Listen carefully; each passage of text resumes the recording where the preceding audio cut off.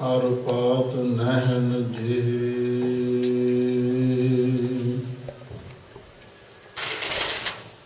ਚੱਕਰ ਚਿਹਨ ਅਰ ਬਰਨ ਜਾਤ ਹਰ ਪਾਤ ਨਹਿਨ ਜੀ ਰੂਪ ਰੰਗ ਅਰ ਰੀਖ ਭੇਖ ਓ ਕਹਿ ਨਾ ਸਕਤ ਕਿਹ ਅਚਲ ਮੂਰਤ ਅਨਭਉ ਪ੍ਰਕਾਸ਼ ਮਿਤੁਜ ਕੀਜੈ ਕੂਟ ਇੰਦਰ ਇੰਦਰਾਨ ਸਾਹਿ ਸਾਹਾਨ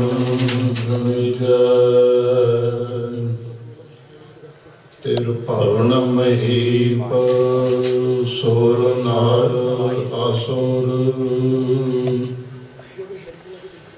ਨੇਤ ਨੇਤ ਬਾਣ ਤ੍ਰਣ ਕਰਤ ਤੋਇ ਸਰਬ ਨਾਮ ਕਥੈ ਕਵਨ ਕਰਮ ਨਾਮ ਬਰਨਤ ਸੁਮਤ ਸਗਲ ਦੁਆਰ ਕਉ ਛਾੜ ਕੇ ਗਹਿਓ ਦੁਆਰੋ ਦੁਆਰ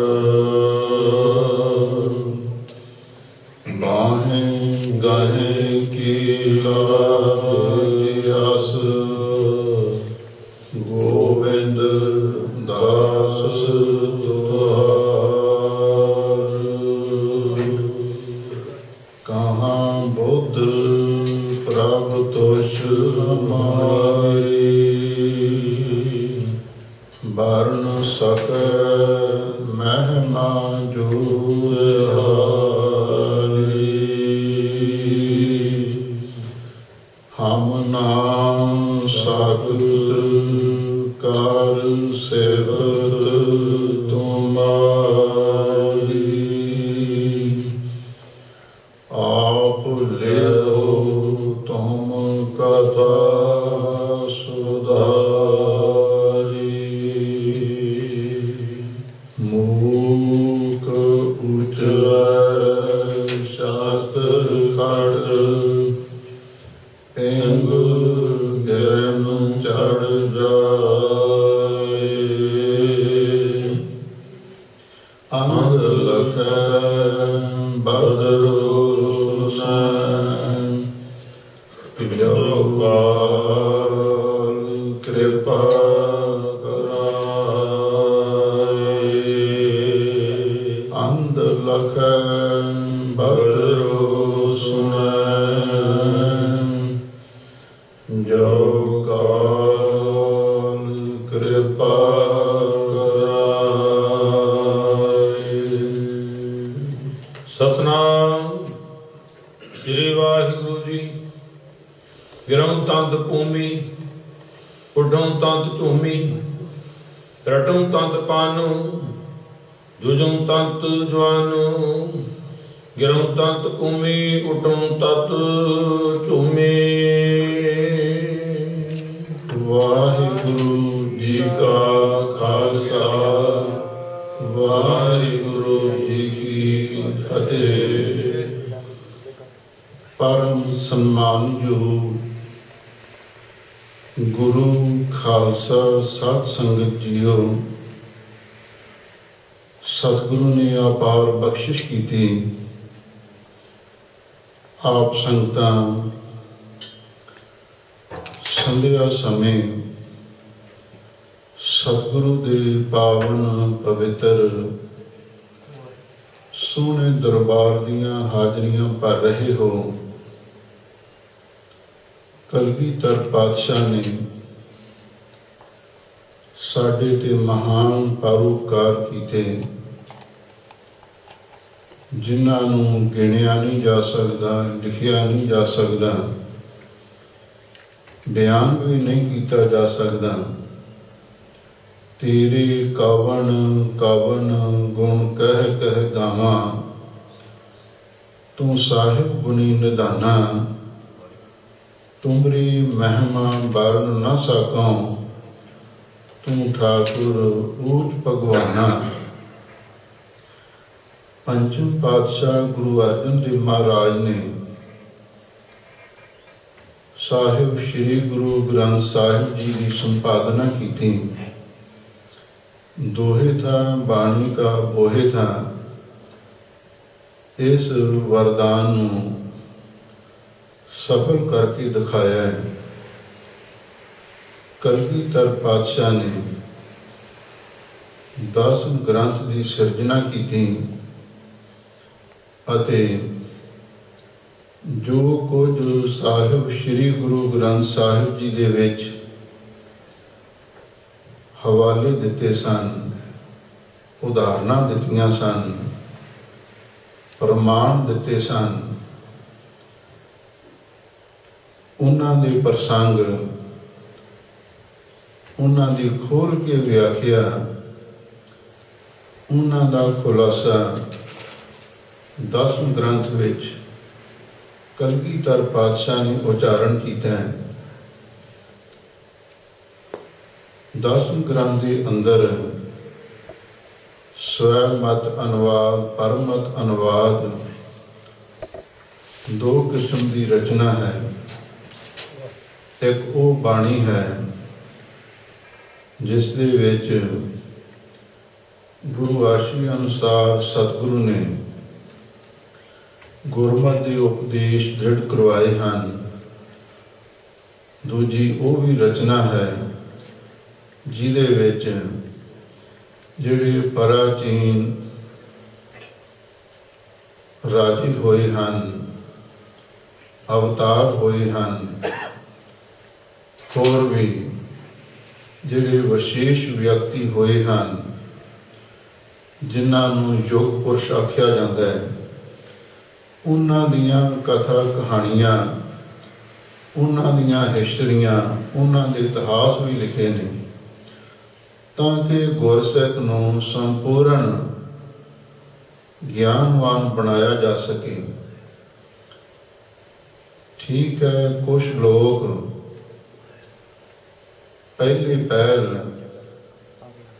ਕੁਝ 10 ਗ੍ਰੰਥ ਦੀ ਬਾਣੀ ਦੇ ਹਿੱਸੇ ਤੇ ਸ਼ੰਕਾ ਕਰਦੇ ਸਨ, ਖਾਸ ਕਰਕੇ ਜਿਹੜੇ ਤ੍ਰਿਆ ਚੇਤਰ ਸਨ। ਪਰ ਹੁਣ ਤੇ ਕਮਾਲ ਹੋ ਗਈ, ਹੁਣ ਪੂਰੇ 10 ਗ੍ਰੰਥ ਨੂੰ ਹੀ ਰੱਦ ਕਰਨ ਦਾ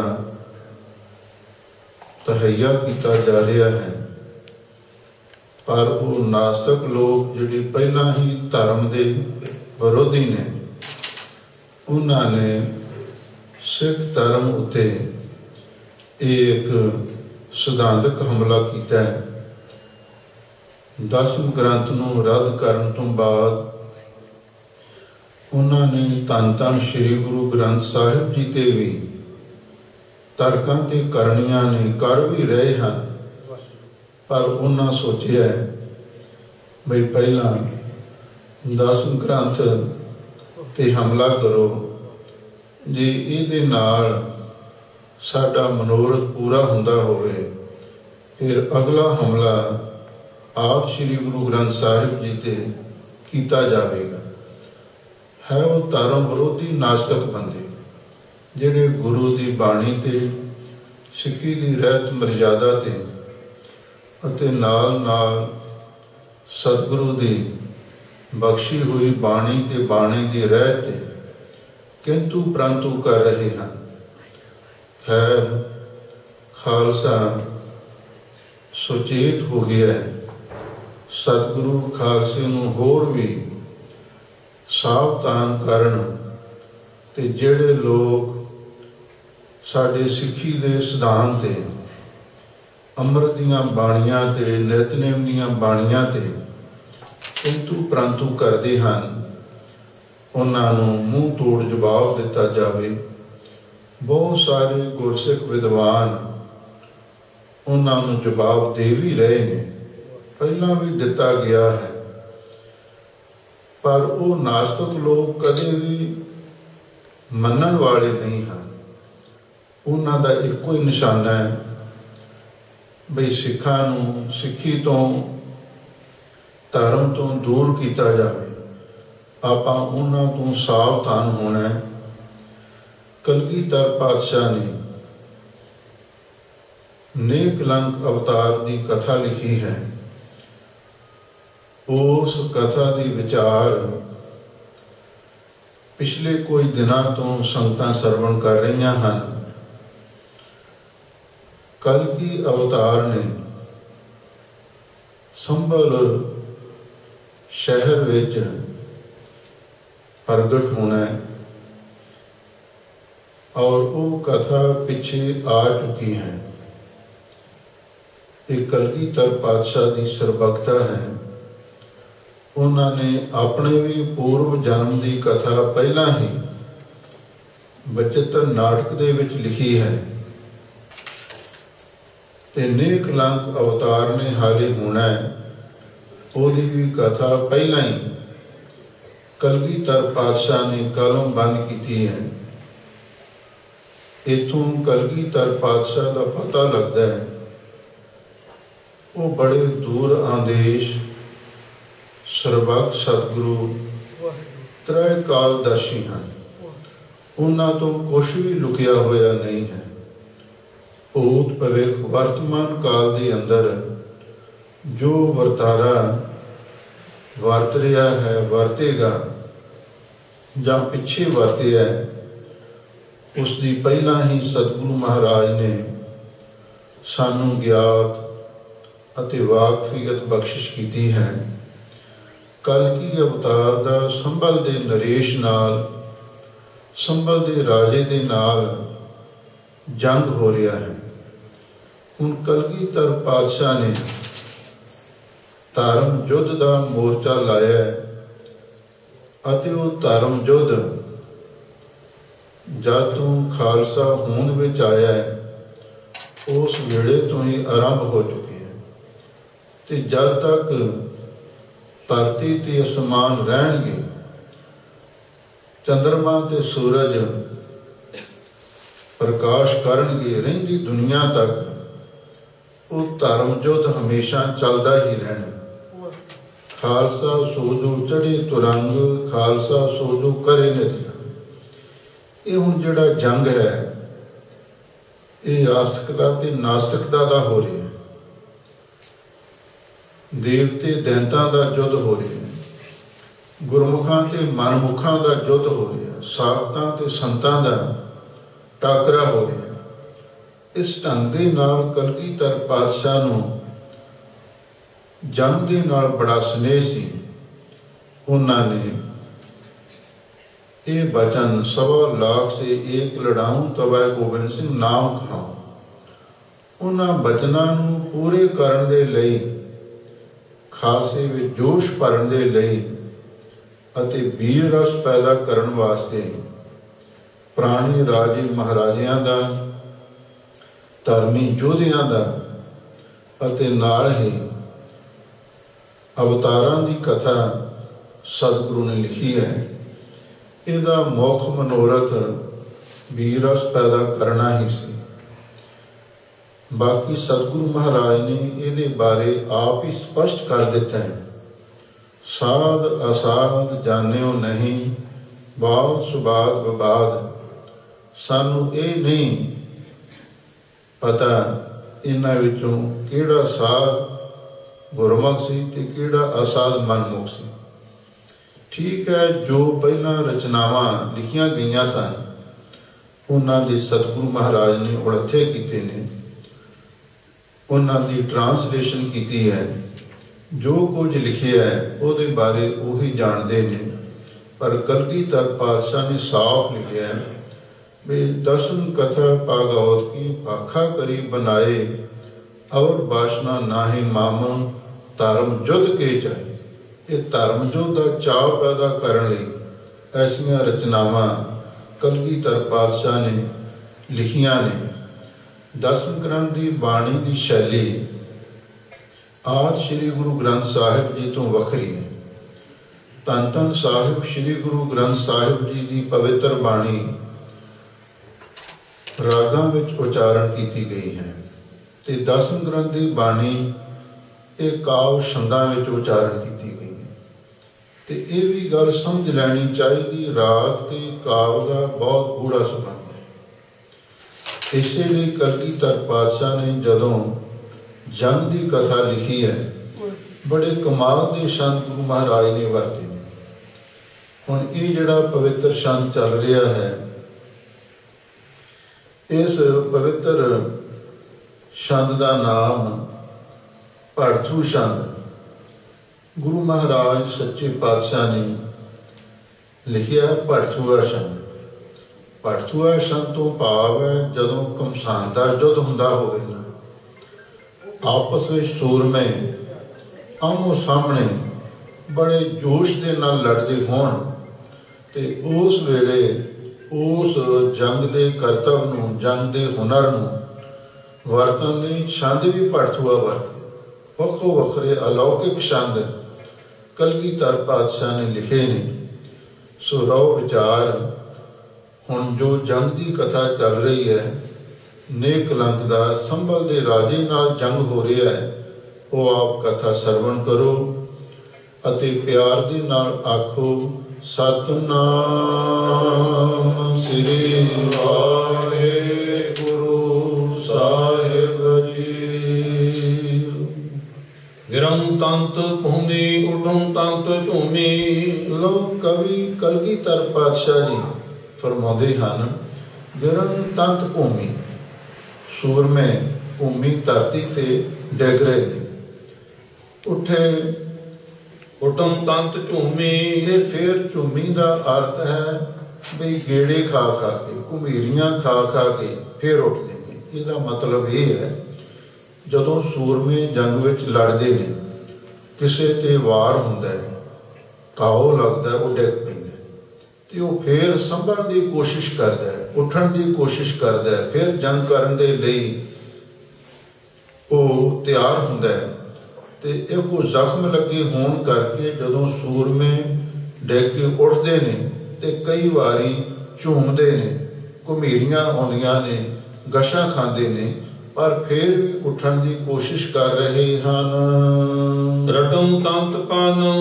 लोग कवि जी कहते ने कई सूरमे जंग दे विच पानी पानी पानी इउं पुकारदे ने।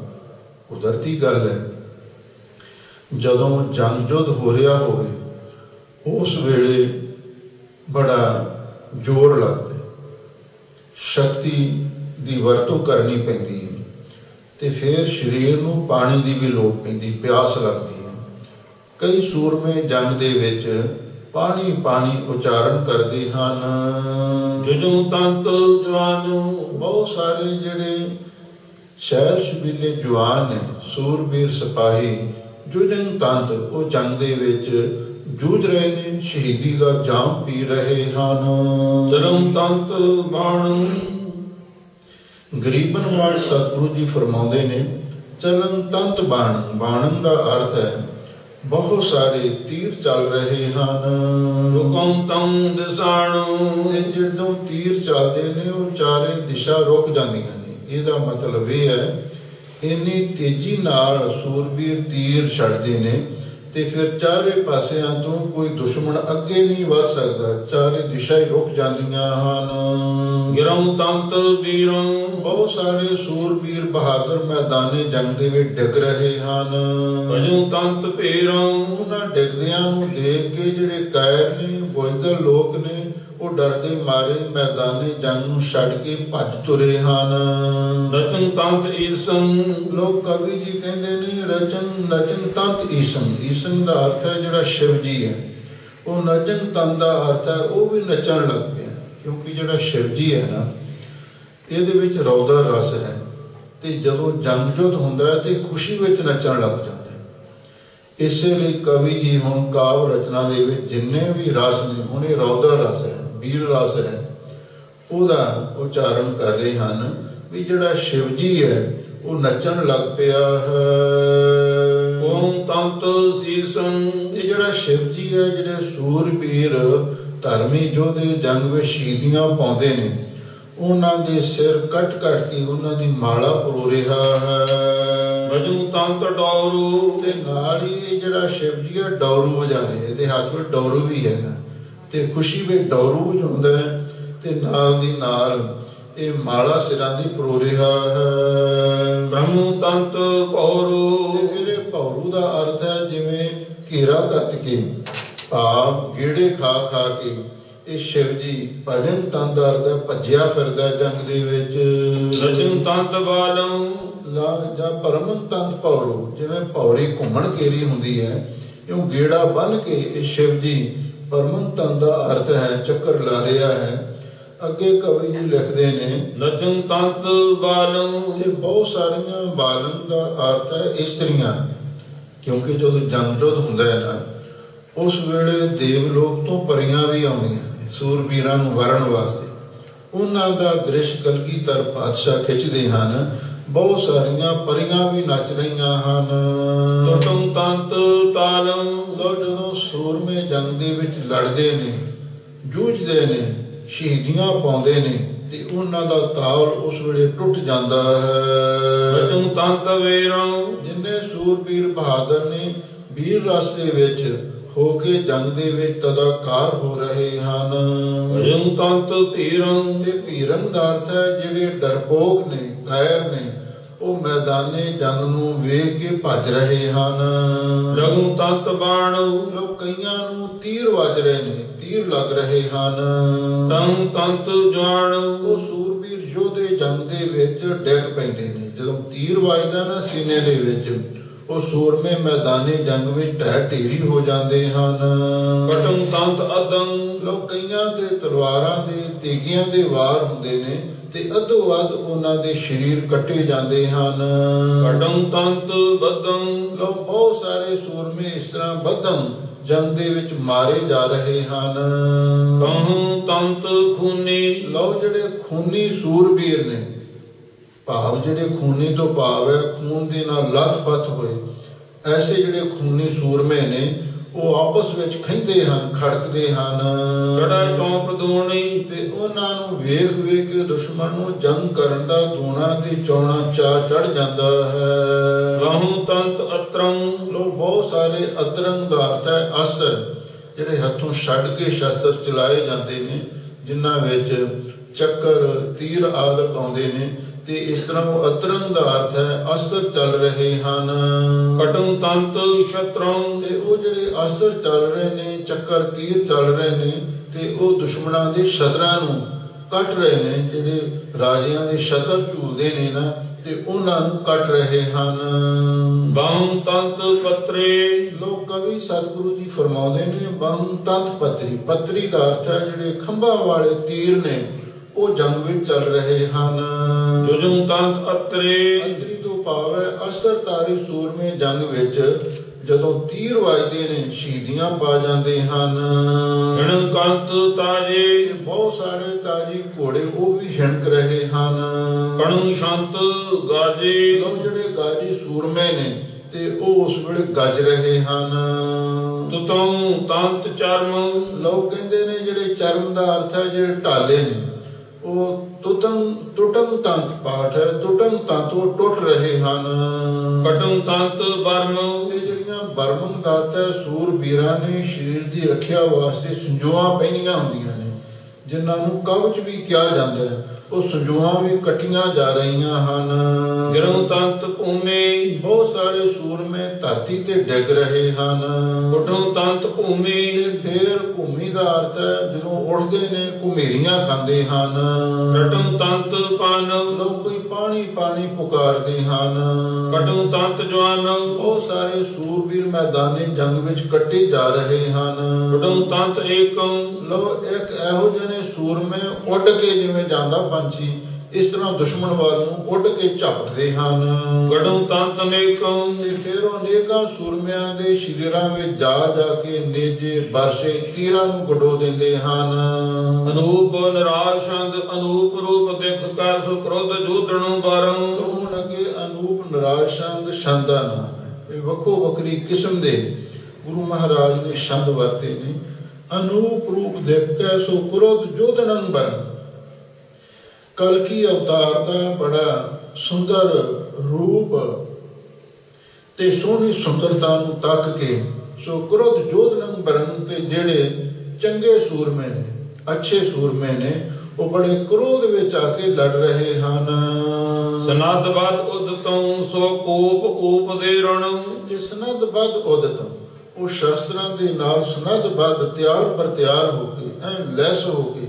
ਉਦਮ ਤਾਂ ਉਦਤਮ ਦਾ ਅਰਥ ਹੈ ਉਛਲਦੇ ਨੇ, ਛਾਲਾ ਮਾਰਦੇ ਨੇ। ਜਦੋਂ ਜੰਗ ਦੇ ਵਿੱਚ ਸੂਰਮੇ ਜੰਗ ਕਰਨ ਲਈ ਨਿੱਤਰਦੇ ਨੇ ਤੇ ਸ਼ਸਤਰਾਂ ਦੇ ਨਾਲ ਸਜ ਤਜ ਕੇ ਛਾਲਾ ਮਾਰਦੇ ਆਉਂਦੇ ਨੇ।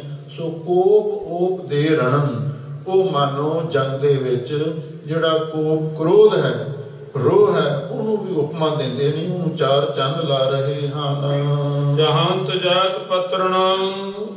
ਲੋਕ ਕਵੀ ਜੀ ਕਹਿੰਦੇ ਨੇ ਜਿੰਨੇ ਵੀ ਸੂਰਮੇ ਨੇ ਉਹ ਵਿਜੈ ਪੱਤਰ ਚਾਹੁੰਦੇ ਨੇ। ਇਹਦਾ ਮਤਲਬ ਨਿਸ਼ਚੈ ਕਰ ਆਪਣੀ ਜੀਤ ਕਰੋ, ਉਹ ਆਪਣੀ ਜਿੱਤ ਚਾਹੁੰਦੇ ਨੇ, ਵਿਜੈ ਪੱਤਰ ਪ੍ਰਾਪਤ ਕਰਨਾ ਚਾਹੁੰਦੇ ਹਨ। ਗ੍ਰੰਥ ਕਾਵ ਦੋ ਧਰਮ। ਫਿਰ ਇਹੋ ਜਿਹੇ ਕਾਵ ਦਾ ਅਰਥ ਹੈ ਵਾਰ ਕਰਦੇ ਨੇ, ਜ਼ਖਮ ਕਰਦੇ ਨੇ, ਤੇ ਸੂਰਮੇ ਨੂੰ ਦੋ ਧਰਮ, ਦੋ ਤੜ, ਦੋ ਖੰਡ, ਦੋ ਭਾਵ ਕਰਕੇ ਸੁੱਟ ਦਿੰਦੇ ਹਨ। ਤੁਟੰਤ ਅਸਤਰੰ ਸ਼ਾਸਤਰਨੋ। ਲੋਕ ਕਵੀ ਜੀ ਕਹਿੰਦੇ ਨੇ ਬਹੁਤ ਸਾਰੇ ਮੈਦਾਨੀ ਜੰਗ ਦੇ ਵਿੱਚ ਜੰਗ ਕਰਦਿਆਂ ਹੋਇਆਂ ਸ਼ਾਸਤਰ ਤੇ ਅਸਤਰ ਵੀ ਟੁੱਟ ਰਹੇ ਨੇ। ਜਦੋਂ ਜੰਗ ਹੁੰਦਾ ਹੈ ਨਾ, ਉਸ ਵੇਲੇ ਤੀਰ ਵੀ ਟੁੱਟ ਜਾਂਦੇ ਨੇ, ਤੇ ਜਿਹੜੇ ਤੇਗੇ ਵੀ, ਤਲਵਾਰਾਂ ਵੀ, ਜਿਨ੍ਹਾਂ ਨੂੰ ਸ਼ਸਤਰ ਕਿਹਾ ਜਾਂਦਾ ਹੈ, ਉਹ ਵੀ ਟੁੱਟਦੇ ਨੇ। ਕਿਉਂ ਸ਼ਸਤਰ ਅਸਤਰ ਟੁੱਟ ਰਹੇ ਹਨ। ਸੰਤ ਉਜਲੋ ਫਲੰ। ਤੇ ਜਿਨ੍ਹਾਂ ਦੇ ਜਿਹੜੇ ਫਲ ਨੇ, ਭਾਵ ਇੱਕ ਤਾਂ ਹੁੰਦਾ ਨਾ ਦਸਤਾ, ਕਬਜ਼ਾ, ਜਿਹਨੂੰ ਮੁੱਠਾ ਵੀ ਕਹਿੰਦੇ ਨੇ, ਪਕੜਨ ਵਾਸਤੇ ਸ਼ਸਤਰ ਨੂੰ, ਉਹ ਤੇ ਜਿਹੜਾ ਉਹਦਾ ਫਲ ਹੁੰਦਾ ਅੱਗੇ ਮੁਖੀ ਹੁੰਦੀ ਹੈ, ਤਿੱਖੀ ਧਾਰ ਵਾਲੇ ਹਿੱਸੇ ਨੂੰ ਫਲ ਕਹਿੰਦੇ ਨੇ, ਉਹ ਬਹੁਤ ਉਜਲ ਚਮਕ ਰਹੇ ਹਨ। ਉਠੰਤ ਪੌਰ ਪੂਰਣੋ। ਲੋ ਬਹੁਤ ਸਾਰੇ ਜਿਹੜੇ ਪੌਰ ਦਾ ਅਰਥ ਹੈ, ਜਿਹੜੇ ਪੌਰ ਨੇ, ਪੂਰਨਮ ਦਾ ਅਰਥ ਹੈ ਬਹੁਤੇ ਉੱਠ ਰਹੇ ਨੇ। ਇਹਦਾ ਮਤਲਬ ਜਿਹੜਾ ਹੈ ਨਾ, ਜਿਹੜੇ ਸੂਰਮੇ ਮਰਦੇ ਨੇ, ਉਹਨਾਂ ਦੇ ਜਿਹੜੇ ਪੌਰ, ਜਿਹਨੂੰ ਆਤਮਾ ਜਾਂ ਰੂਹ ਵੀ ਕਹਿ ਦਿੰਦੇ, ਕਹਿੰਦੇ ਪੌਰੋ ਡਾਰੀ ਮਾਰ ਕੇ, ਉਹਨਾਂ ਦੀਆਂ ਆਤਮਾਵਾਂ, ਰੂਹਾਂ ਉੱਠ ਰਹੀਆਂ ਹਨ। ਕਢੰਤ ਭੈਕਰੇ ਸੁਰਾਂ। ਤੇ ਬੜੀਆਂ ਭਿਆਨਕ ਆਵਾਜ਼ਾਂ ਕੱਢਦੇ ਨੇ, ਜਿਨ੍ਹਾਂ ਨੂੰ ਕਹਿੰਦੇ ਨੇ ਹੜ ਬੋਲਦੇ ਆ। ਪੁਰਾਣੇ ਸਮੇਂ ਦੇ ਵਿੱਚ ਵੀ ਉਹ ਜਿੱਥੇ ਕੋਈ ਜੰਗ ਯੁੱਧ ਹੁੰਦਾ ਸੀ ਨਾ, ਬਾਅਦ ਵਿੱਚ ਵੀ ਉੱਥੇ ਆਵਾਜ਼ਾਂ ਸੁਣਾਈ ਦਿੰਦੀਆਂ ਸਨ, ਤੇ ਜਿਨ੍ਹਾਂ ਨੂੰ ਹੜ ਬੋਲਣਾ ਕਹਿੰਦੇ ਸਨ। ਉਠੰਤ ਪੌਰ ਪੂਰਨ, ਬਹੁਤ ਸਾਰੇ ਜਿਹੜੇ ਸੂਰਮੇ ਸ਼ਹੀਦ ਹੁੰਦੇ ਨੇ, ਉਹਨਾਂ ਦੀਆਂ ਰੂਹਾਂ ਉੱਠਦੀਆਂ ਨੇ ਤੇ ਬੜੀਆਂ ਭਿਆਨਕ ਆਵਾਜ਼ਾਂ ਕੱਢਦੀਆਂ ਹਨ। ਭਜੰਤ ਪੀਰ ਭੈ ਕਰੰ। ਤੇ ਉਹਨਾਂ ਨੂੰ ਸੁਣ ਕੇ ਜਿਹੜੇ ਪੀਰ ਕਾਇਰ ਨੇ, ਉਹ ਭੈ ਕਰਕੇ ਡਰਦੇ ਮਾਰੇ ਭੱਜ ਜਾਂਦੇ ਹਨ। ਭਜੰਤ ਵੀਰ ਸੁਪ੍ਰਭੰ। ਤੇ ਜਿਹੜੇ ਪ੍ਰਬੰਧ ਦਾ ਅਰਥ ਹੈ ਪ੍ਰਭਾਵਸ਼ਾਲੀ, ਸਜੇ ਧਜੇ ਸੂਰਮੇ ਨੇ, ਤੇ ਉਹ ਉਹਨਾਂ ਨੂੰ ਦੇਖ ਕੇ ਜੋਸ਼ ਦੇ ਵਿੱਚ ਆ ਕੇ ਖੜਕਦੇ ਨੇ। ਕਾਇਰ ਦੇਖ ਕੇ ਹੜਾਂ ਬੋਲਦਿਆਂ ਦੀ ਆਵਾਜ਼ ਸੁਣ ਕੇ ਕਾਇਰ ਭੱਜਦੇ ਨੇ, ਤੇ ਸੂਰਮੇ ਵੱਜਦੇ ਨੇ, ਖੜਕਦੇ ਹਨ। ਤੁਟੰਤ ਤਾਲ ਤਥਿਆਂ। ਲੋ ਜਿਹੜੇ ਉਸ ਵੇਲੇ ਜਿਹੜੇ ਜੰਗੀ ਵਾਜਿਆਂ ਦੇ ਤਾਲ ਸਨ, ਉਹ ਵੀ ਟੁੱਟ ਰਹੇ ਨੇ। ਤਤ ਕਰਕੇ ਜੰਗੀ ਵਾਜਿਆਂ ਦੇ ਤਾਲ ਟੁੱਟਦੇ ਹਨ। ਨਚੰਤ ਈਸਰਣੋ ਰਣ। ਤੇ ਜਿਹੜਾ ਸ਼ਿਵ ਜੀ ਹੈ, ਇਹ ਜੰਗ ਦੇ ਵਿੱਚ ਖੁਸ਼ੀ ਦੇ ਨਾਲ ਨੱਚ ਰਿਹਾ ਹੈ। ਖਹੰਤ ਖਿਦਰਣੋ ਖਗੰ। ਲਓ ਜਿਹੜੇ ਸੂਰਬੀਰ ਨੇ, ਖਾਂਤ ਖੇਤਰਨੋਂ ਦਾ ਅਰਥ ਹੈ ਜੰਗ ਖੇਤਰ ਦੇ ਵਿੱਚ, ਖਗਨ ਦਾ ਅਰਥ ਹੈ ਜਿਹੜੇ ਉਹਨਾਂ ਦੇ ਹੱਥਾਂ ਵਿੱਚ ਤੇਗੇ ਫੜੇ ਹੋਏ ਨੇ, ਖੰਡੇ ਫੜੇ ਹੋਏ ਨੇ, ਖੈਤ, ਉਹ ਆਪਸ ਵਿੱਚ ਖਹਿੰਦੇ ਨੇ, ਭਿੜਦੇ ਨੇ, ਟੱਕਰਦੇ ਹਨ। ਨਿਨਾਦ ਗਦ ਘੁੰਗਰੋਂ। ਇਹ ਜਿਹੜੀਆਂ ਗਦ ਗੁਰਜਾਂ ਨੂੰ ਘੁੰਗਰੂ ਬੰਨੇ ਹੋਏ ਨੇ, ਉਹ ਉਸ ਵੇਲੇ ਨਿਨਾਦ, ਬਹੁਤ ਉੱਚੀ ਸ਼ਬਦ ਕੱਢਦੇ ਨੇ। ਇਹਦਾ ਮਤਲਬ ਇਹ ਹੈ ਜਦੋਂ ਜੰਗ ਹੋ ਰਿਹਾ ਹੈ, ਉਸ ਵੇਲੇ ਸੂਰਬੀਰਾਂ ਦੇ ਖੰਡੇ ਤੇਗੇ ਇੱਕ ਦੂਸਰੇ ਦੇ ਨਾਲ ਖਹਿੰਦੇ ਨੇ, ਤੇ ਨਾਲ ਉਹਨਾਂ ਵਿੱਚੋਂ ਆਵਾਜ਼ ਨਿਕਲਦੀ ਹੈ, ਗੁਰਜਾਂ ਦੇ ਘੁੰਗਰੂ ਵੀ ਛਣਕਦੇ ਹਨ। ਭਜੰਤ ਆਸਰੇ ਸੁਤੰ ਲਓ ਜਿਹੜੇ ਆਸ਼ਰੀ ਸੁਤਨ, ਜਿਹੜੇ ਕਹਿੰਦੇ ਨੇ ਦੈਂਤਾਂ ਦੇ ਪੁੱਤਰ ਨੇ, ਰਾਖਸ਼ ਬੁੱਧੀ ਵਾਲੇ ਲੋਕ ਨੇ, ਇਹਦਾ ਮਤਲਬ ਇਹ ਹੈ ਸਭਲ ਨਰੇਸ਼ ਦੇ ਜਿਹੜੇ ਸਿਪਾਹੀ ਨੇ ਉਹਨਾਂ ਨੂੰ ਆਸਰੀ ਸੁਤੰ ਲਿਖਿਆ। ਉਹ ਡਰਦੇ ਮਾਰੇ ਭੱਜ ਰਹੇ ਹਨ। ਡੰਗ ਵਹਿ ਕਰੇ ਧੁਣੰ ਤੇ ਬੜੀ ਭਿਆਨਕ ਧੁਣਨ ਦਾ ਅਰਥ ਹੈ ਆਵਾਜ਼। ਉਹ ਭਿਆਨਕ ਆਵਾਜ਼ ਨੂੰ ਪੈਦਾ ਕਰਕੇ ਭਾਵ ਚੀਕਾਂ ਮਾਰ ਕੇ, ਕੂਕਾਂ ਮਾਰ ਕੇ ਉਹ ਡਰਦੇ ਮਾਰੇ ਭੱਜ ਰਹੇ ਹਨ। ਜਲੰਤ ਤੀਸ਼ਣ ਸਰੰ ਲੋ ਸੂਰਬੀਰ ਬਹੁਤ ਤਿੱਖੇ ਤੀਰ ਵੀ ਛੱਡ ਰਹੇ ਹਨ। ਸਲੇਣ ਉਜਲੀ ਕ੍ਰਿਤੰ ਲੋ ਜਿਨ੍ਹਾਂ ਨੂੰ ਪਾਨ ਚੜਾ ਕੇ ਤੇ ਜਿਨ੍ਹਾਂ ਨੂੰ ਬਹੁਤ ਚਿੱਟਾ ਚਮਕਦੇ ਹੋਏ ਬਣਾਇਆ ਗਿਆ ਹੈ। ਅਥਵਾ ਸਲੇਣ ਉਜਲੀ ਕ੍ਰਿਤੰ, ਜਿਨ੍ਹਾਂ ਦੀ ਮੁਖੀ ਨੂੰ ਚੰਗੀ ਤਰ੍ਹਾਂ ਪਾਨ ਚੜਾ ਕੇ ਤੇ ਜਿਨ੍ਹਾਂ ਨੂੰ ਚੰਗੀ ਤਰ੍ਹਾਂ ਤੇਜ਼ ਤੇ ਤਿੱਖਾ ਕਰਕੇ ਬਣਾਇਆ ਹੁੰਦਾ ਹੈ। ਇਹੋ ਜਿਹੇ ਤਿੱਖੇ ਤੀਰ ਉਸ ਵੇਲੇ ਚੱਲ ਰਹੇ ਹਨ। ਨਚੰਤ ਰੰਗ ਜੋਗਣੰ ਲੋ ਜੰਗ ਦੇ ਵਿੱਚ ਜੋਗਣੀਆਂ ਵੀ, ਇਹ ਜਿਹੜੀਆਂ ਜੋਗਣੀਆਂ ਇਹ ਵੀ ਗੁਪਤ ਰੂਹਾਂ ਦੇ ਵਿੱਚ ਹੀ ਆਉਂਦੀਆਂ ਨੇ। ਬਹੁਤ ਸਾਰੀਆਂ ਜੋਗਣੀਆਂ ਜੰਗ ਦੇ ਵਿੱਚ ਨੱਚ ਰਹੀਆਂ ਹਨ। ਚਚਕ ਚੌਂਦਣੋ ਪੁਰੰ ਲੋ ਜਿਹੜੀਆਂ 14 ਪੁਰੀਆਂ ਨੇ ਤੇ ਉਹਨਾਂ ਦੇ ਵਿੱਚ ਬੜੇ ਚਚਕ, ਬੜੇ ਚਾਉ ਉਮਾ ਦੇ ਨਾਲ ਇਸ ਤਰ੍ਹਾਂ ਖੌਰੂ ਪਾ ਰਹੀਆਂ ਹਨ। ਕੰਪੰਤ ਕੁੰਦਣੋ ਗਿਰੰ ਲੋ ਜਿਹੜਾ ਕੁੰਦਨੋਂ ਦਾ ਅਰਥ ਹੈ ਸੋਨਾ। ਸੋਨੇ ਦਾ ਗਿਰੰ ਪਹਾੜ ਕੀ ਹੈ? ਸੁਮੇਰ ਪਰਬਤ। ਉਹ ਵੀ ਮੈਦਾਨੇ ਜੰਗ ਦੇ ਗਰਜ ਨੂੰ ਸੁਣ ਕੇ ਕੰਬ ਰਿਹਾ ਹੈ। ਸੁਮੇਰ ਪਰਬਤ ਵੀ ਕੰਬ ਰਿਹਾ ਹੈ। ਕਿਉਂ? ਇਹ ਜੰਗ ਜੋਧੀ ਐਸਾ ਹੋ ਰਿਹਾ ਹੈ। ਤ੍ਰਿਸੰਤ ਸਰਬ ਤੋਂ ਦਿਸੰ ਤੇ ਜਿੰਨੀਆਂ ਦਿਸ਼ਾ ਨੇ ਉਹ ਵੀ ਸਾਰੀਆਂ ਉਹ ਤ੍ਰਿਸੰਤ ਦਾ ਅਰਥ ਹੈ ਡਰ ਰਹੀਆਂ ਨੇ। ਇਹਦਾ ਮਤਲਬ ਇਹ ਹੈ ਐਸਾ ਘਮਸਾਨ ਦਾ ਯੁੱਧ ਹੋ ਰਿਹਾ ਹੈ ਜਿਸ ਨੂੰ ਦੇਖ ਕੇ ਸੁਮੇਰ ਪਰਬਤ ਵੀ ਕੰਬ ਉੱਠਿਆ ਤੇ ਸਾਰੀਆਂ ਦਿਸ਼ਾ ਦੇ ਜਿਹੜੇ ਰਾਜੇ ਮਹਾਰਾਜੇ ਲੋਕ ਨੇ ਉਹ ਵੀ ਭੈ ਭੀਤ ਹੋ ਰਹੇ ਹਨ। ਨਿਚੰਤ ਵੀਰ ਬਾਵਣ ਲਓ ਜਿਹੜੇ 52 ਵੀਰ ਨੇ ਇਹ ਵੀ ਗੁਪਤ ਰੂਹਾਂ ਵਿੱਚ ਹੀ ਆਉਂਦੇ ਨੇ। ਜਿਹੜੇ 52 ਵੀਰ ਨੇ ਉਹ ਵੀ ਜੰਗ ਦੇ ਵਿੱਚ ਨੱਚ ਰਹੇ ਨੇ। ਇਹ ਸਾਰੇ ਭੂਤ ਪ੍ਰੇਤ ਪਰੀਆਂ ਜੋਗਣੀਆਂ ਪਿਸ਼ਾਚ ਤੇ ਉਹਨਾਂ ਵਿੱਚ ਹੀ 52 ਵੀਰ ਆਉਂਦੇ ਨੇ। ਇਹ ਵੀ ਬੜੇ ਖੁਸ਼ੀ ਵਿੱਚ ਨੱਚ ਰਹੇ ਹਨ। ਕਹੰਤ ਬਾਹਣੀ ਤੁਜੰ ਲੋਕ ਕਹਿੰਦੇ ਨੇ ਜਿਹੜੀ ਬਾਹਣੀ ਦਾ ਅਰਥ ਹੈ ਫੌਜ ਦੀਆਂ ਤੁਜਾਂ ਨੇ, ਉਹਨਾਂ ਦੇ ਝੰਡੇ ਨੇ, ਉਹ ਵੀ ਇੱਕ ਦੂਸਰੇ ਦੇ ਨਾਲ ਖਹਿ ਰਹੇ ਹਨ। ਬਰੰਤ ਅਚਰਣੋ ਭਟੰ ਲੋ ਜਿਹੜੀਆਂ ਪਰੀਆਂ ਨੇ, ਅਚਰਣੋਂ ਦਾ ਅਰਥ ਹੈ ਪਰੀਆਂ ਨੇ, ਉਹ ਸੂਰਬੀਰਾਂ ਨੂੰ ਵਰ ਰਹੀਆਂ ਹਨ। ਪ੍ਰਵੀਰ ਚੀਨ ਸੋ ਪ੍ਰਭੰ ਤੇ ਨਾਲ ਪ੍ਰਵੀਨ ਦਾ ਅਰਥ ਹੈ ਸਿਆਣੇ ਸੁਘੜ ਸੁਜਾਨ ਤੇ ਸੋ ਪ੍ਰਮ ਤੇ ਜਿਹੜੇ ਪ੍ਰਭਾਵਸ਼ਾਲੀ ਸੂਰਮੇ ਨੇ ਜਿਨ੍ਹਾਂ ਦੇ ਚਿਹਰੇ ਤੇ ਨੂਰ ਹੁੰਦਾ ਉਹਨਾਂ ਨੂੰ ਚੁਣ ਚੁਣ ਕੇ ਪਛਣਾ ਵਰਦੀਆਂ ਹਨ। ਬਕੰਤ ਡੌਰ ਡਾਮਰੇ ਲੋਕ ਕਵੀ ਸਤਿਗੁਰੂ ਸੱਚੇ ਪਾਤਸ਼ਾਹ ਫਰਮਾਉਂਦੇ ਨੇ ਬਕੰਤ ਡੌਰ ਡਾਮਰੀ। ਇਹ ਡਾਮਰੀ ਜਿਹੜੀ ਚੁੜੇਲ ਹੈ, ਡੈਣਾ ਤੇ ਚੁੜੇਲਾਂ ਜਿਨ੍ਹਾਂ ਨੂੰ, ਇਹ ਵੀ ਜੰਗ ਦੀਆਂ ਦੇਵੀਆਂ ਹੈ। ਬਕੰਤ ਡੌਰ ਡਾਮਰੀ ਤੇ ਡੌਰੂ ਵਜਾ ਵਜਾ ਕੇ ਤੇ ਇਹ ਜਿਹੜੀਆਂ ਡਾਮਰੀ ਡੈਣਾ ਚੁੜੇਲਾਂ ਨੇ ਇਹ ਵੀ ਉੱਚੀ ਉੱਚੀ ਬੋਲ ਰਹੀਆਂ ਨੇ, ਕੂਕਾਂ ਮਾਰਦੀਆਂ ਹਨ। ਅਨੰਤ ਤੰਤਰਣੋ ਰਿਸੰ ਤੇ ਫਿਰ ਅਨੰਤ ਦਾ ਅਰਥ ਹੈ ਬਹੁਤ ਸਾਰੇ, ਰਿਸੰ ਦਾ ਅਰਥ ਹੈ ਗੁੱਸੇ ਦੇ ਵਿੱਚ ਆ ਕੇ, ਤੇ ਉਹ ਤੰਤਰਣੋਂ ਦਾ ਅਰਥ ਹੈ ਜੰਤਰ ਮੰਤਰ, ਤੰਤਰ ਵੀ ਉਚਾਰਨ ਕਰਦੀਆਂ ਹਨ। ਸੰਤ ਜਛ ਗੰਧਰਵੰ ਲਓ ਇਹ ਵੀ ਦੇਵਤਿਆਂ ਦੇ ਨਿਰਤਕਾਰ ਨੇ। ਜਛ ਤੇ ਗੰਧਰਵ ਦੇਵਤਿਆਂ ਦੇ ਰਾਗੀ ਨੇ।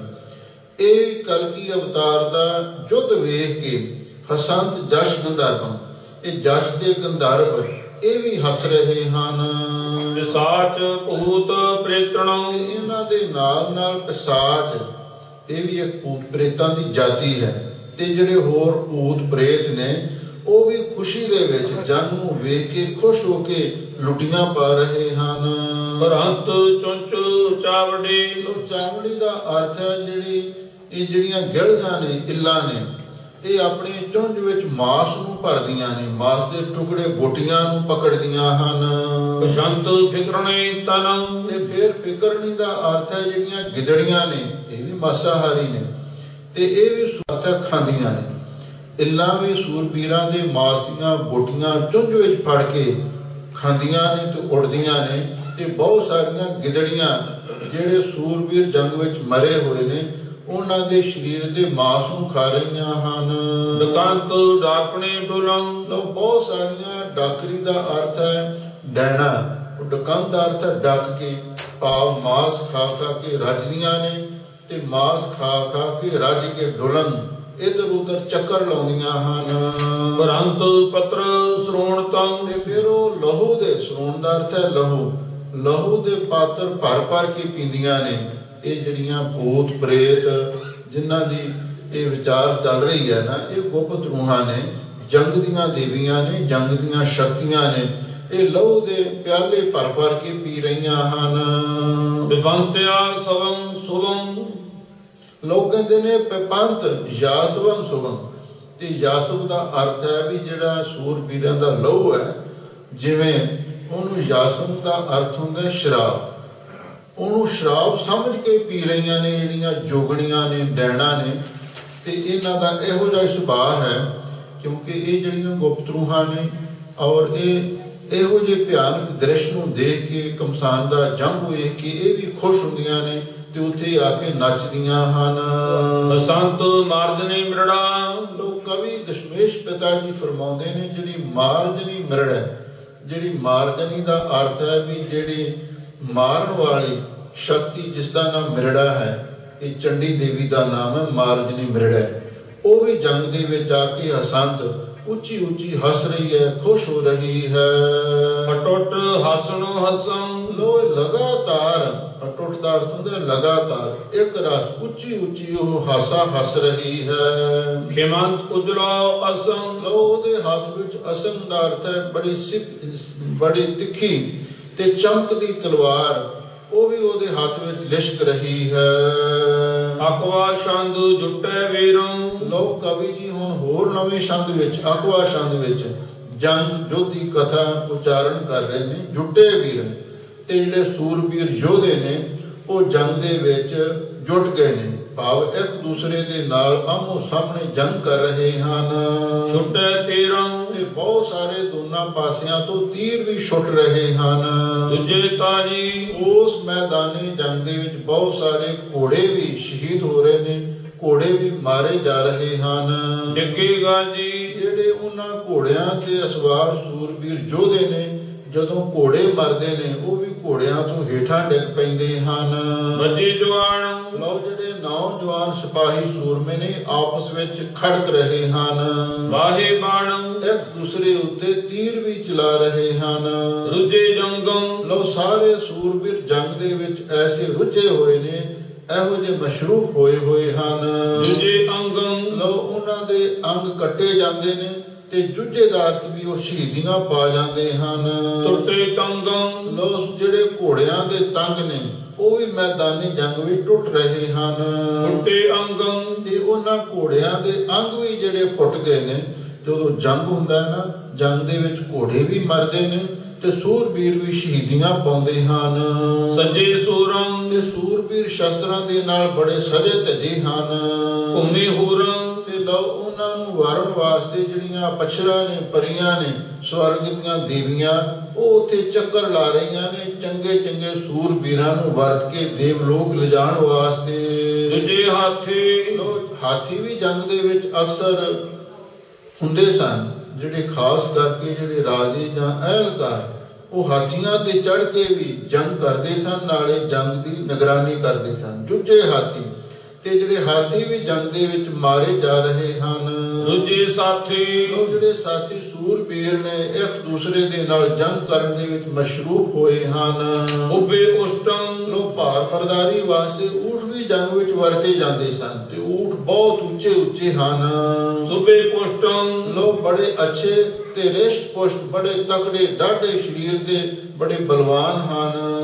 ਫੱਟੇ ਵੀਰਮ। ਲੋ ਸੂਰਬੀਰਾਂ ਦੇ ਜਿਹੜੇ ਬਸਤਰ ਵੀ ਫਟ ਗਏ ਨੇ, ਜਾਂ ਫੱਟੇ ਤੋਂ ਭਾਵ ਸੂਰਬੀਰਾਂ ਨੂੰ ਫਟ ਜ਼ਖਮ ਲੱਗ ਰਹੇ ਹਨ।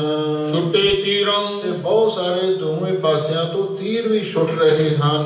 ਡਿੱਗੇ ਭੂਮ। ਸੂਰਬੀਰ ਮੈਦਾਨੇ ਜੰਗ ਵਿੱਚ ਡਿੱਗ ਰਹੇ ਹਨ। ਉੱਠੇ ਭੂਮ। ਤੇ ਫਿਰ ਚੱਕਰ ਖਾ ਖਾ ਕੇ ਮੇਰੀਆਂ ਆ ਕੇ ਉੱਠਦੇ ਹਨ।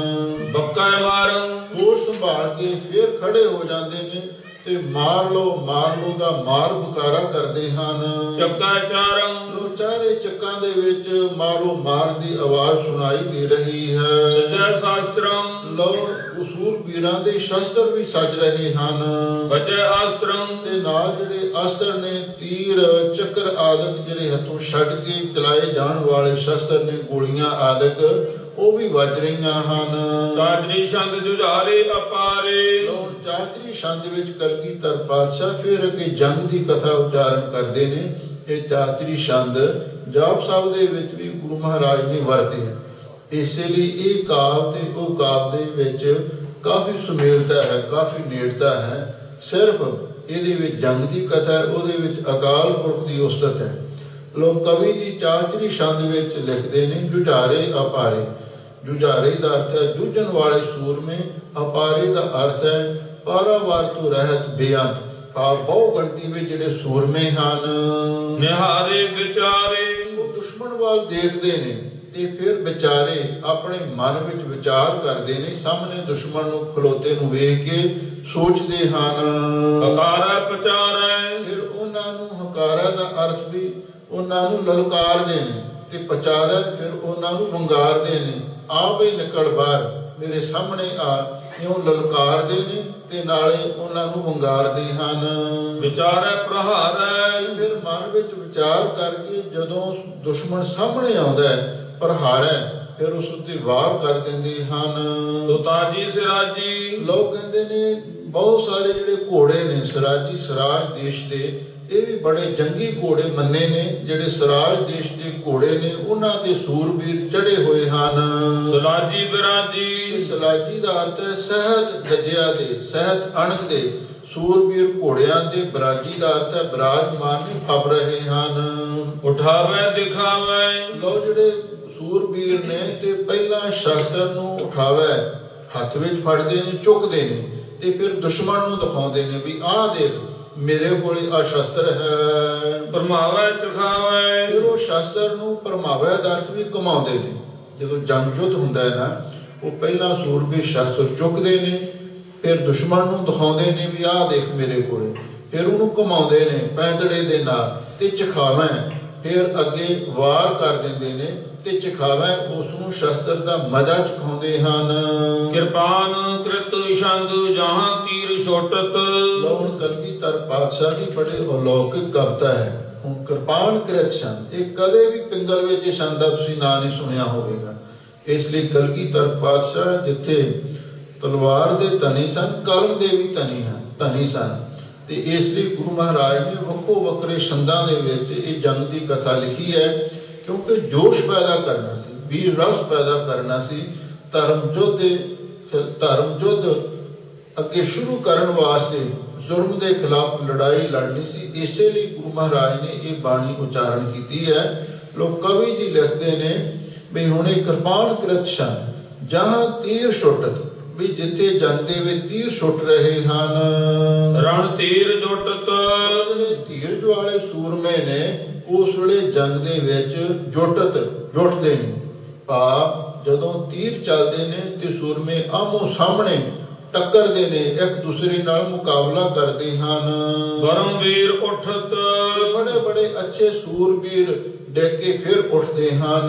ਤਨੂ ਤ੍ਰਾਣ ਫੁੱਟਤ ਜਿਹੜੀਆਂ ਸਰੀਰ ਉੱਤੇ ਤ੍ਰਾਣ ਸੰਜੂਆਂ ਪਾਈਆਂ ਹੋਈਆਂ ਨੇ, ਕਵਚ ਪਾਏ ਹੋਏ ਨੇ, ਉਹ ਵੀ ਟੁੱਟ ਰਹੇ ਹਨ। ਰਣੂ ਵੀਰ ਗਿਰਤ ਕਈ ਸੂਰਮੇ ਮੈਦਾਨੀ ਜੰਗ ਦੇ ਵਿੱਚ ਘਾਉ ਖਾ ਕੇ ਡਿੱਗ ਪੈਂਦੇ ਹਨ। ਕਉ ਸਿੰਧ ਤਰਤ ਜਿਹੜੇ ਜੰਗ ਵਿੱਚ ਸੂਰਬੀਰ ਸ਼ਹੀਦ ਹੁੰਦੇ ਨੇ ਫਿਰ ਉਹ ਭਵ ਸਾਗਰ ਤੋਂ ਤਰ ਵੀ ਜਾਂਦੇ ਨੇ। ਕਿਉਂ? ਕਲਗੀਧਰ ਪਾਤਸ਼ਾਹ ਨੇ ਆਖਿਆ ਸੀ ਖਾਲਸੇ ਵਿੱਚ ਵੀਰ ਰਸ ਪੈਦਾ ਕਰਨ ਦੇ ਲਈ ਖਾਲਸਾ ਜੀ ਵੀ ਤੁਸੀਂ ਧਰਮ ਯੁੱਧ ਵਿੱਚ ਜੇ ਤੁਸੀਂ ਜਿੱਤ ਪ੍ਰਾਪਤ ਕੀਤੀ ਤੇ ਤੁਹਾਨੂੰ ਰਾਜ ਮਿਲੇਗਾ, ਤਾਜ ਮਿਲੇਗਾ, ਜਸ ਪ੍ਰਾਪਤ ਹੋਵੇਗਾ।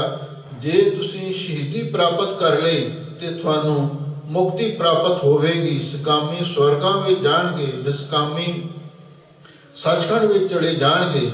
ਇਸ ਲਈ ਖਾਲਸਾ ਜੀ ਤੁਹਾਡੇ ਦੋਹਾਂ ਹੱਥਾਂ ਵਿੱਚ ਲੱਡੂ ਨੇ, ਤੁਸੀਂ ਧਰਮ ਯੁੱਧ ਤੋਂ ਪੈਰ ਪਿੱਛੇ ਨਹੀਂ ਕਰਨਾ। ਇਸੇ ਲਈ ਕਵੀ ਜੀ ਕਹਿੰਦੇ ਨੇ ਜਿਹੜੇ ਸੂਰਮੇ ਜੰਗ ਵਿੱਚ ਡਿੱਗਦੇ ਨੇ ਉਹ ਸੰਸਾਰ ਸਮੁੰਦਰ ਤੋਂ ਤਰ ਜਾਂਦੇ ਹਨ। ਨਵੋਂ ਹੋਰ ਕਾਮੀ ਸੂਰਮੇ ਨੇ ਉਹਨਾਂ ਨੂੰ ਵਾਰਨ ਦੇ ਲਈ ਜਿਹੜੀਆਂ ਪਸ਼ਰਾਂ ਨੇ, ਪਰੀਆਂ ਨੇ, ਦੇਵਲੋਕ ਦੀਆਂ ਇਸਤਰੀਆਂ ਨੇ, ਉਹ ਮੈਦਾਨੀ ਜੰਗ ਦੇ ਵਿੱਚ ਫਿਰ ਰਹੀਆਂ ਹਨ। ਵਰਮ ਵੀਰ ਵਾਰਤ ਜਿਹੜੇ ਚੰਗੇ ਸੂਰਬੀਰ ਨੇ ਮੂਹਰੇ ਹੋ ਕੇ ਲੜਦੇ ਨੇ, ਸ਼ਹੀਦੀਆਂ ਪਾਉਂਦੇ ਨੇ, ਉਹਨਾਂ ਨੂੰ ਵਰ ਰਹੀਆਂ ਹਨ। ਰਣਨਾਦ ਵੱਜਤ ਉਹ ਕਵੀ ਜੀ ਕਹਿੰਦੇ ਨੇ ਮੈਦਾਨੀ ਜੰਗ ਦੇ ਵਿੱਚ ਮਾਰੂ ਵਾਜੇ ਵੀ ਵੱਜ ਰਹੇ ਹਨ। ਸੁਣ ਪਹੀਰ ਭਜਤ ਉਹਨਾਂ ਨੂੰ ਸੁਣ ਕੇ ਜਿਹੜੇ ਕਾਇਰ ਲੋਕ ਨੇ ਡਰਦੇ ਮਾਰੇ ਭੱਜ ਰਹੇ ਹਨ। ਰਣ ਭੂਮ ਤਾਜਤ ਤੇ ਜਿਹੜੇ ਕਾਇਰ ਨੇ ਬੋਇਦਲ ਨੇ ਉਹ ਮੈਦਾਨੀ ਜੰਗ ਨੂੰ ਛੱਡ ਦਿੰਦੇ ਹਨ। ਮਨ ਬਾਝ ਲਾਜਤ ਜਦੋਂ ਪਿੱਛੇ ਨੂੰ ਭਜਦੇ ਨੇ ਤੇ ਫਿਰ ਮਨ ਵਿੱਚ ਸ਼ਰਮ ਵੀ ਮੰਨਦੇ ਨੇ, ਕਿਉਂਕਿ ਜਦੋਂ ਜੰਗ ਜੁੱਧ ਹੋ ਰਿਹਾ ਹੋਵੇ ਸੂਰਮੇ ਤਾਂ ਸਾਹਮਣੇ ਹੋ ਕੇ ਲੜਦੇ ਨੇ। ਸੂਰਾ ਸੋ ਪਹਿਚਾਨੀਆਂ ਜੋ ਲੜੈ ਦੀਨ ਕੇ ਹੇਤ, ਪੁਰਜਾ ਪੁਰਜਾ ਕੱਟ ਮਰੇ ਕਬ ਹੋਣਾ ਛੱਡੈ ਕੇ। ਤੇ ਕਈ ਕੈਰ ਨੇ ਹੱਥ ਖੜੇ ਕਰਕੇ ਵੀ ਭਜਦੇ ਨੇ। 1984 ਵਿੱਚ ਵੀ ਇਹ ਨਜ਼ਾਰਾ ਆਪਾਂ ਵੇਖਿਆ ਨਾ, ਜਿੱਥੇ ਸੰਤ ਬਾਬਾ ਜਰਨੈਲ ਸਿੰਘ ਜੀ ਦੇ ਨਾਲ ਜਿਹੜੇ ਸਿੱਖੀ ਸਭਾ ਦੇ ਪਰਵਾਨੇ ਸਾਹਮਣੇ ਹੋ ਕੇ ਜੂਝਦੇ ਸਨ, ਸ਼ਹਾਦਤਾਂ ਪ੍ਰਾਪਤ ਕਰ ਰਹੇ ਸਨ, ਤੇ ਕਈ ਸਾਡੇ ਲੀਡਰ ਕਈ ਝੂਠੇ ਮਰ ਜੀਵੜੇ ਤੇ ਉਤੋਂ ਜਾਨਾਂ ਬਚਾਉਣ ਦੀ ਖਾਤਰ ਮੈਦਾਨ ਛੱਡ ਕੇ ਭੱਜਣ ਵੀ ਲੱਗੇ ਸਨ। ਤੇ ਇਹ ਕੁਛ ਹੁੰਦਾ ਹੀ ਆ ਜੰਗ ਦੇ ਵਿੱਚ। ਤੇ ਜਦੋਂ ਭਜਦੇ ਨੇ ਮਨਮਾਝ ਲਾਜਤ, ਤੇ ਮਨ ਦੇ ਵਿੱਚ ਸ਼ਰਮ ਵੀ ਮੰਨਦੇ ਨੇ, ਲੱਜਿਆ ਵੀ ਆਉਂਦੀ ਹੈ। ਫਿਰ ਡਰਤ ਤੇ ਫਿਰ ਜਦੋਂ ਥੋੜਾ ਜਿਹਾ ਪਿੱਛੋਂ ਕੋਈ ਵੰਗਾਰਦਾ ਉਹ ਕਿੱਧਰ ਨੂੰ ਚੱਲੇ, ਤੇ ਫਿਰ ਉਹ ਅਣਖ ਜੀ ਖਾ ਕੇ ਗੁੱਸਾ ਆਉਂਦਾ, ਫਿਰ ਪਿੱਛੇ ਨੂੰ ਮੁੜਦੇ ਨੇ, ਆ ਕੇ ਫਿਰ ਦੁਬਾਰਾ ਲੜਨਾ ਸ਼ੁਰੂ ਕਰ ਦਿੰਦੇ ਹਨ। ਰਣ ਜੁੱਧ ਮਰਤ ਫਿਰ ਉਹ ਜੰਗ ਦੇ ਵਿੱਚ ਜੂਝ ਕੇ ਸੂਰਮੇ ਮਰਦੇ ਨੇ। ਜਦੋਂ ਮੂਹਰੋਂ ਗੋਲੀ ਵੱਜਦੀ ਹੈ, ਵਾਰ ਹੁੰਦਾ, ਇੱਕ ਵਾਰੀ ਡਰਦੇ ਮਾਰੇ ਪਿੱਛੇ ਨੂੰ ਭਜਦੇ ਨੇ, ਤੇ ਫਿਰ ਦੁਬਾਰਾ ਜਦੋਂ ਪਿੱਛੋਂ ਕੋਈ ਵੰਗਾਰਦਾ ਤੇ ਫਿਰ ਆ ਕੇ ਲੜਦੇ ਨੇ ਤੇ ਉਹ ਸ਼ਹੀਦੀਆਂ ਪਾਉਂਦੇ ਹਨ। ਮੈਂ ਪਾਵ ਟਰਤ ਜਿਹੜੇ ਅਸਲੀ ਧਰਮੀ ਸੂਰਮੇ ਨੇ ਇੱਕ ਕਦਮ ਵੀ, ਇੱਕ ਪੈਰ ਵੀ ਪਿੱਛੇ ਨਹੀਂ ਹਟਦੇ। ਭਵ ਸਿੰਧ ਤਰਤ ਸਾਹਮਣੇ ਸ਼ਹੀਦੀਆਂ ਪਾ ਕੇ ਸੰਸਾਰ ਸਮੁੰਦਰ ਤੋਂ ਪਾਰ ਹੁੰਦੇ ਹਨ। ਰਣ ਰੰਗ ਮਚਤ ਲੋ ਜੰਗ ਦੇ ਵਿੱਚ ਰਣ ਰੰਗ, ਜੰਗ ਦੇ ਜੋਸ਼ ਦੇ ਵਿੱਚ ਸੂਰਮੇ ਮਚਤ ਵੀ ਜਿਵੇਂ ਅੱਗ ਮੱਚਦੀ ਹੈ, ਵੀਰ ਰਸਤੇ ਵਿੱਚ ਤਦਾਕਾਰ ਹੋ ਰਹੇ ਹਨ। ਚਤਰੰਗ ਫਟਤ ਜਿਹੜੀ 4 ਕਿਸਮ ਦੀ ਫੌਜ ਹੁੰਦੀ ਹੈ, ਇੱਕ ਹਾਥੀਆਂ ਦੀ ਫੌਜ, ਇੱਕ ਰਥਾਂ ਦੀ ਫੌਜ, ਤੀਸਰੀ ਘੋੜਿਆਂ ਦੀ, ਚੌਥੀ ਪੈਦਲ। ਇਹ ਪੁਰਾਣੇ ਸਮੇਂ ਦੇ ਵਿੱਚ ਚਤਰੰਗਨੀ ਸੈਨਾ ਇਸ ਨੂੰ ਕਹਿੰਦੇ ਸਨ। ਲੋ ਹਜ਼ੂਰ ਕਹਿੰਦੇ ਨੇ ਜਿਹੜੀ 4 ਤਰ੍ਹਾਂ ਦੀ ਸੈਨਾ ਹੈ ਤੇ ਇਹ ਜੰਗ ਦੇ ਵਿੱਚ ਲੜ ਰਹੀ ਹੈ। ਚਤਰੰਗ ਫਟਤ ਤੇ ਨਾਲ ਇਹਨਾਂ ਦੇ ਫੱਟ ਲੱਗ ਰਹੇ ਨੇ, ਚਤਰੰਗਨੀ ਸੈਨਾ ਜ਼ਖਮੀ ਹੋ ਰਹੀ ਹੈ। ਸਰਬੰਗ ਲਾਟਤ ਫਿਰ ਜਦੋਂ ਉਹਨਾਂ ਤੇ ਹਮਲੇ ਹੁੰਦੇ ਨੇ ਦੁਸ਼ਮਣ ਵੱਲੋਂ, ਸਰਬੰਗ ਲਾਟਤ। ਫਿਰ ਸਰਬੰਗ ਦਾ ਅਰਥ ਹੈ ਵੀ ਚਤਰੰਗਨੀ ਸੈਨਾ ਦੇ ਸਾਰੇ ਸੂਰਮੇ ਸਾਰੇ ਪੱਖਾਂ ਤੋਂ, ਲਾਟਤ ਦਾ ਅਰਥ ਹੈ ਉਹ ਨਿੰਮੋ ਚੂਣੇ ਹੋ ਕੇ ਧਰਤੀ ਤੇ ਡਿੱਗਦੇ ਹਨ। ਮਨਮਾਨ ਘਟਤ ਜਦੋਂ ਡਿੱਗਦੇ ਨੇ ਤੇ ਫਿਰ ਉਹਨਾਂ ਦੇ ਮਨ ਦੇ ਵਿੱਚੋਂ ਜਿਹੜਾ ਹੰਕਾਰ ਉਹ ਵੀ ਘਟਦਾ, ਕਿਉਂਕਿ ਜਦੋਂ ਸੂਰਮਾ ਕੋਈ ਜੰਗ ਵਿੱਚ ਡਿੱਗਦਾ ਹੈ ਨਾ, ਉਹਦੇ ਮਨ ਦੇ ਵਿੱਚ ਹੰਕਾਰ ਹੁੰਦਾ ਪਹਿਲਾਂ ਵੀ ਮੈਂ ਬੜਾ ਸੂਰਮਾ ਹਾਂ, ਮੈਂ ਮੁਕਾਬਲਾ ਕਰਾਂਗਾ, ਮੈਂ ਦੁਸ਼ਮਣ ਨੂੰ ਮਾਰਾਂਗਾ। ਜਦੋਂ ਦੁਸ਼ਮਣ ਹਾਵੀ ਹੋ ਜਾਂਦਾ ਹੈ ਤੇ ਫਿਰ ਉਹ ਸੂਰਮਾ ਡਿੱਗ ਪੈਂਦਾ ਹੈ, ਤੇ ਡਿੱਗਣ ਸਾਰ ਹੀ ਉਹ ਜਿਹੜਾ ਸੂਰਮਾ ਹੈ ਤੇ ਫਿਰ ਉਹਦੇ ਮਨ ਦੇ ਵਿੱਚ ਉਹ ਜਿਹੜਾ ਹੰਕਾਰ ਉੱਠ ਜਾਂਦਾ ਹੈ। ਵੀਰ ਭਿਰਤ ਜਿਹੜੇ ਅੱਛੇ ਸੂਰਬੀਰ ਬਹਾਦਰ ਨੇ ਉਹ ਇੱਕ ਦੂਸਰੇ ਦੇ ਨਾਲ ਭਿੜਦੇ ਨੇ, ਟੱਕਰ ਲੈ ਰਹੇ ਹਨ। ਨਹੀਂ ਨੈਕ ਫਿਰਤ ਉਹਨਾਂ ਨੂੰ ਜਿੰਨਾ ਕੋਈ ਮਰਜ਼ੀ ਆਕੇ ਪਾਏ ਨਾ ਲੜੋ, ਆ ਜਾਓ ਪਿੱਛੇ, ਉਹ ਕਿਸੇ ਦੀ ਗੱਲ ਨਹੀਂ ਸੁਣਦੇ, ਕੋਈ ਪਿੱਛੇ ਨਹੀਂ ਮੁੜਦਾ। ਜਬ ਚਿਤ ਚਿਰਤ ਲੋ ਜਦੋਂ ਉਹਨਾਂ ਦੇ ਚਿੱਤ ਵਿੱਚ ਚਿਰ ਦਾ ਅਰਥ ਹੈ ਚਿੜ ਆਉਂਦੀ, ਖਿੱਚ ਆਉਂਦੀ ਹੈ। ਉੱਠ ਸੈਨ ਘਿਰਤ ਫਿਰ ਉੱਠ ਕੇ ਉਸੇ ਵੇਲੇ ਫੌਜ ਨੂੰ ਘੇਰਾ ਪਾਉਣ ਦੀ ਕੋਸ਼ਿਸ਼ ਕਰਦੇ ਨੇ। ਇਹ ਸੂਰਬੀਰਾਂ ਦੀ ਗੱਲ ਹੈ ਵੀ ਜਦੋਂ ਉਹਨਾਂ ਦੇ ਮਨ ਦੇ ਵਿੱਚ ਖਿੱਚ ਚੜ੍ਹਦੀ ਹੈ ਨਾ ਵੀ ਦੁਸ਼ਮਣ ਸਾਡੇ ਤੇ ਹਮਲਾ ਕਰ ਰਿਹਾ ਹੈ, ਕਦੀ ਪਿੱਛੇ ਨੂੰ ਵੀ ਪੈਂਚੜੇ ਦੇ ਅਨੁਸਾਰ ਜਾਂਦੇ ਨੇ, ਤੇ ਫਿਰ ਜਦੋਂ ਉਹਨਾਂ ਦੇ ਮਨ ਦੇ ਵਿੱਚ ਜੋਸ਼ ਆਉਂਦਾ ਹੈ ਤੇ ਵੀਰ ਰਸ ਭਰਦਾ, ਉੱਠ ਕੇ ਫਿਰ ਸੈਨਾ ਨੂੰ ਘੇਰਾ ਪਾ ਲੈਂਦੇ ਹਨ। ਗਿਰ ਭੂਮ ਪਰਤ ਬਹੁਤ ਸਾਰੇ ਸੂਰਮੇ ਜੰਗ ਭੂਮੀ ਦੇ ਵਿੱਚ ਡਿੱਗ ਰਹੇ ਹਨ। ਸੁਰ ਨਾਰ ਵਰਤ ਜਿਹੜੀਆਂ ਦੇਵਤਿਆਂ ਦੀਆਂ ਨਾਰ ਪਰੀਆਂ ਨੇ ਅਪਸ਼ਰਾਂ ਨੇ ਉਹ ਉਹਨਾਂ ਨੂੰ ਵਰ ਰਹੀਆਂ ਹਨ। ਨਹੀਂ ਪਾਵ ਟਰਤ ਧਰਮੀ ਸੂਰਮੇ ਇੱਕ ਕਦਮ ਵੀ ਪਿੱਛੇ ਨਹੀਂ ਹਟਦੇ। ਮਨ ਕੂਪ ਭਰਤ ਉਹਨਾਂ ਦੇ ਮਨ ਦੇ ਵਿੱਚ ਬੜਾ ਕ੍ਰੋਧ ਭਰਿਆ ਹੋਇਆ, ਗੁੱਸਾ ਭਰਿਆ ਹੋਇਆ ਹੈ। ਕਰ ਕੂਪ ਮੰਡਤ ਲੋਕ ਗੁੱਸੇ ਦੇ ਨਾਲ ਉਹ ਫੇਰ ਆ ਕੇ ਜੰਗ ਸ਼ੁਰੂ ਕਰ ਦਿੰਦੇ ਹਨ। ਪਗ ਦਵੈ ਨਾ ਭਾਜਤ ਉਹ ਪੈਰ ਵੀ ਸੂਰਬੀਰ ਪਿੱਛੇ ਨਹੀਂ ਭਜਦੇ। ਕਰ ਰੂਸ ਡਰਤ ਲੋ ਸੂਰਬੀਰ ਬੜੇ ਰੋਹ ਦੇ ਨਾਲ, ਬੜੇ ਕ੍ਰੋਧ ਦੇ ਨਾਲ ਲੜਦੇ ਹਨ। ਗਿਰ ਭੂਮ ਪਰਤ ਲੜਦਿਆਂ ਲੜਦਿਆਂ ਫਿਰ ਮੈਦਾਨੇ ਜੰਗ ਵਿੱਚ ਡਿੱਗ ਵੀ ਪੈਂਦੇ ਨੇ, ਸ਼ਹੀਦੀ ਦਾ ਜਾਮ ਪੀ ਲੈਂਦੇ ਹਨ।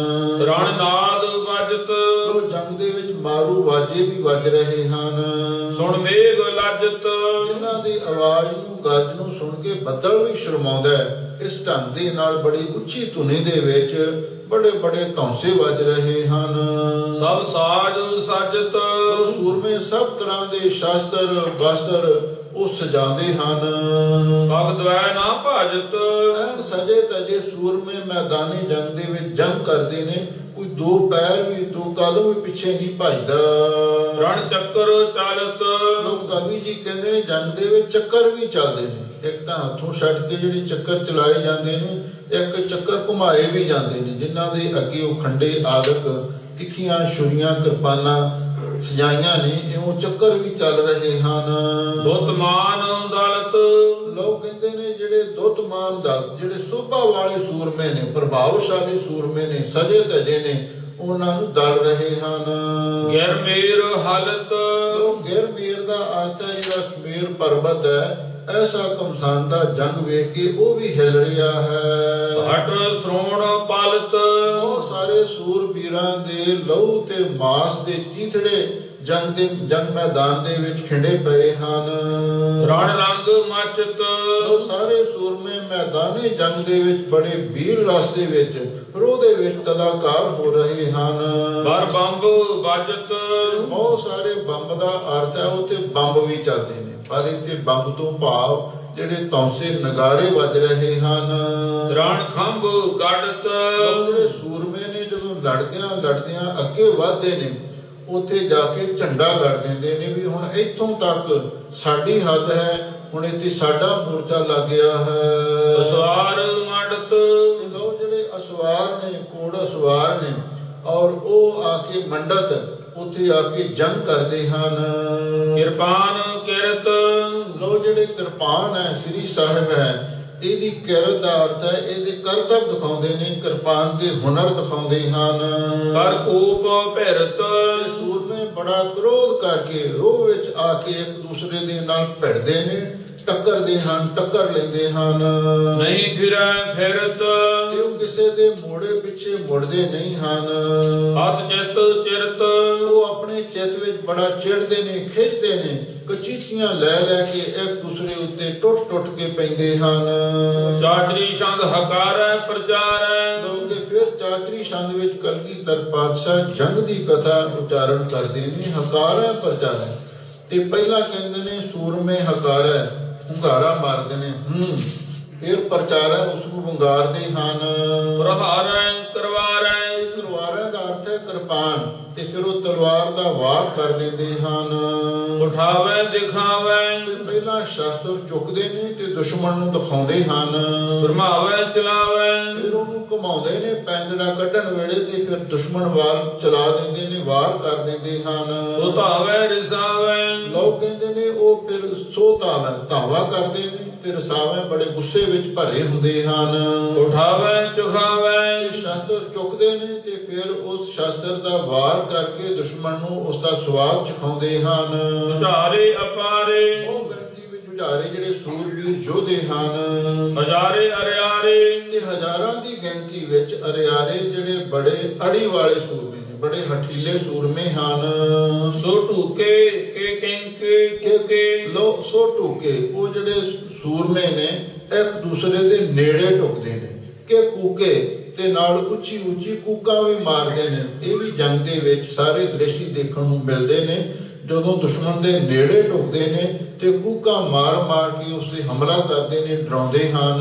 ਭਪੂਕੇ ਕੇ ਝੂਕੇ। ਲੋਕ ਕਵੀ ਸਤਿਗੁਰੂ ਜੀ ਫਰਮਾਉਂਦੇ ਨੇ ਜਿਵੇਂ ਅੱਗ ਦੇ ਭਪੂਕੇ ਨਿਕਲਦੇ ਨੇ, ਭਾਂਬੜ ਬਲਦੇ ਨੇ, ਤੇ ਇਸ ਤਰ੍ਹਾਂ ਉਹ ਸੂਰਬੀਰ ਅੱਗ ਦੇ ਭਾਂਬੜ ਵਾਂਗੂ ਗੁੱਸੇ ਦੇ ਵਿੱਚ ਭੌਂਕਾਂ ਮਾਰਦੇ ਨੇ ਕਿ ਝੁਕੇ, ਤੇ ਜਿਵੇਂ ਕਹਿੰਦੇ ਨੇ ਵੀ ਦੁਸ਼ਮਣ ਦੇ ਵੱਲ ਨੂੰ ਝੁਕ ਕੇ ਲਪਟ ਕੇ ਉਹਦੇ ਮਗਰ ਪੈ ਜਾਂਦੇ ਨੇ, ਅਥਵਾ ਕਿ ਝੁਕੇ, ਤੇ ਜਿਵੇਂ ਕਹਿੰਦੇ ਨੇ ਭੱਠੀ ਵਿੱਚ ਝੋਕਾ ਲਾਇਆ ਅੱਗ ਦੇ ਭਪੂਕੇ ਭਾਂਬੜ ਨਿਕਲਦੇ ਨੇ, ਤੇ ਇਸ ਤਰ੍ਹਾਂ ਜਿਹੜੇ ਸੂਰਮੇ ਨੇ ਅੱਗ ਦੇ ਭਾਂਬੜ ਵਾਂਗੂ ਗੁੱਸੇ ਦੇ ਵਿੱਚ ਆ ਕੇ ਲੜ ਰਹੇ ਹਨ। ਸੁਬਾਣੁ ਸੁਧਾਣੁ। ਲੋਕ ਕਹਿੰਦੇ ਨੇ ਸੂਰਬੀਰਾਂ ਦੇ ਕੋਲ ਬੜੇ ਸੋਹਣੇ ਤੀਰ ਨੇ, ਤੇ ਸੁਧਾਣਨ ਦਾ ਅਰਥ ਹੈ ਬੜੇ ਸ਼ੁੱਧ ਚਮਕਦੇ ਲਿਸ਼ਕਦੇ ਉਹ ਤੀਰ ਹਨ।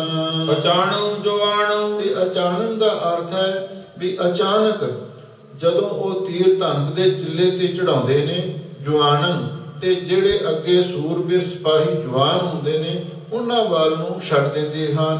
ਧਮਾਕੇ ਹਮਕੇ। ਲੋਕ ਕਈ ਵਾਰੀ ਸੂਰਮੇ ਨੇ ਧਮਾਕੇ ਕਰਦੇ ਨੇ, ਤੇ ਜਾਂ ਧਮਾਕੇ ਦਾ ਅਰਥ ਹੈ ਵੀ ਇੱਕ ਦੂਸਰੇ ਨੂੰ ਧੱਕੇ ਮਾਰਦੇ ਨੇ, ਤੇ ਹਮਕੇ ਤੇ ਨਾਲ ਹੀ ਫਿਰ ਉਹਨੂੰ ਹਮ ਤੋਂ ਤੁਮ ਤੋਂ ਕਹਿ ਕੇ ਇੱਧਰ ਆ ਮੈਂ ਤੈਨੂੰ ਦਿਖਾਉਣਾ ਹੈ ਹੱਥ। ਇਸ ਤਰ੍ਹਾਂ ਉਹ ਪਹਿਲਾਂ ਧੱਕਾ ਮਾਰਦੇ ਨੇ ਤੇ ਫਿਰ ਇੱਕ ਦੂਸਰੇ ਦੇ ਨਾਲ ਮੈਂ ਤੂੰ ਕਰਕੇ ਹੱਲਾ ਬੋਲ ਦਿੰਦੇ ਹਨ। ਝੜਕੇ ਛਟਕੇ। ਲੋਕ ਕਹਿੰਦੇ ਫਿਰ ਝੜਕ ਦੇ ਕੇ ਸ਼ਸਤਰ ਦਾ ਵਾਰ ਕਰ ਦਿੰਦੇ ਹਨ, ਤੇ ਛਟਕੇ ਤੇ ਦੁਸ਼ਮਣਾਂ ਦੇ ਛੱਕੇ ਛੁਡਾ ਦਿੰਦੇ ਹਨ। ਸਗਾਜੈ ਸੋ ਸਾਜੈ। ਲੋਕ ਕਵੀ ਸਤਿਗੁਰੂ ਜੀ ਕਹਿੰਦੇ ਨੇ ਸੂਰਮੇ ਬੜਾ ਗੱਜਦੇ ਨੇ, ਸੋ ਸਾਜੈ, ਤੇ ਨਾਲੋਂ ਸ਼ਸਤਰਾਂ ਦੇ ਨਾਲ ਐਨ ਸਨੱਧਬੱਧ ਹੋ ਕੇ ਸਜਦੇ ਹਨ। ਨਾ ਵਹਾਜੈ ਬਿਰਾਜੈ। ਤੇ ਨਾ ਉਹ ਸੂਰਮੇ ਕਦੀ ਭਜਦੇ ਨੇ ਮੈਦਾਨ ਛੱਡ ਕੇ, ਤੇ ਬਿਰਾਜੈ ਜੰਗ ਦੇ ਵਿੱਚ ਬੜੇ ਫੱਬ ਰਹੇ ਹਨ। ਨਖੰਗੀ ਖਤੰਗੀ। ਲੋਕ ਬਹੁਤ ਸਾਰੇ ਨਖੰਗੀ ਦਾ ਅਰਥ ਹੈ ਪੱਥਿਆਂ ਵਾਲੇ, ਤੇ ਖਤੰਗੀ ਤੀਰਾਂ ਵਾਲੇ ਸੂਰਬੀਰ ਯੋਧੇ ਜੰਗ ਦੇ ਵਿੱਚ ਉਹ ਵੀ ਹਿੱਸਾ ਲੈ ਰਹੇ ਹਨ। ਸੁਰੰਗੀ ਭੜੰਗੀ। ਬੜੇ ਸੋਹਣੇ ਰੰਗ ਦੇ ਉਹਨਾਂ ਦੇ ਵਸਤਰ ਪਾਏ ਹੋਏ ਨੇ, ਜੰਗੀ ਵਰਦੀਆਂ ਪਾਈਆਂ ਹੋਈਆਂ ਨੇ। ਭੜੰਗੀ ਦਾ ਅਰਥ ਹੈ ਇੱਕ ਦੂਸਰੇ ਦੇ ਨਾਲ ਉਹ ਭਿੜਦੇ ਨੇ।